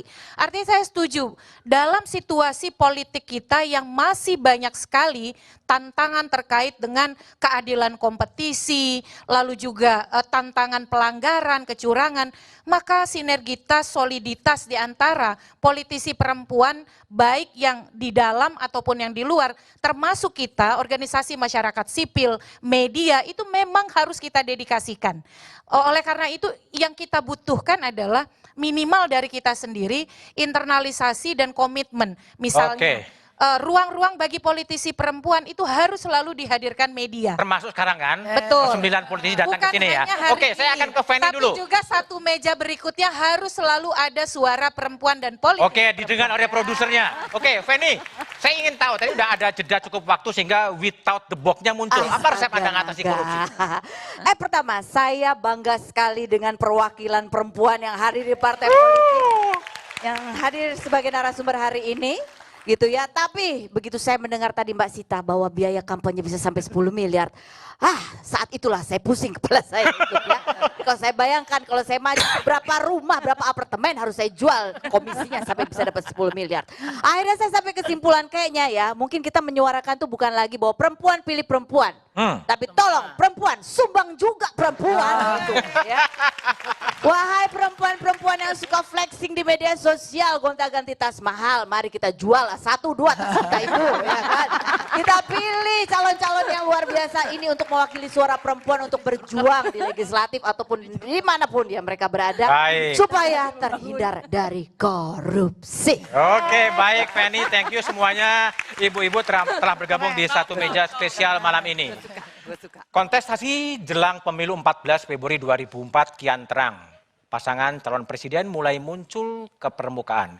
Diawali Anies Baswedan, Muhaimin Iskandar, disusul kemudian Ganjar Pranowo dan Mahfud MD. Publik masih menantikan siapa calon wakil presiden dari Prabowo Subianto. Namun dari 5 nama capres dan cawapres yang sudah muncul ke permukaan, belum ada satupun capres-cawapres perempuan. Boleh jadi bangsa ini masih butuh waktu untuk hadirnya pemimpin perempuan.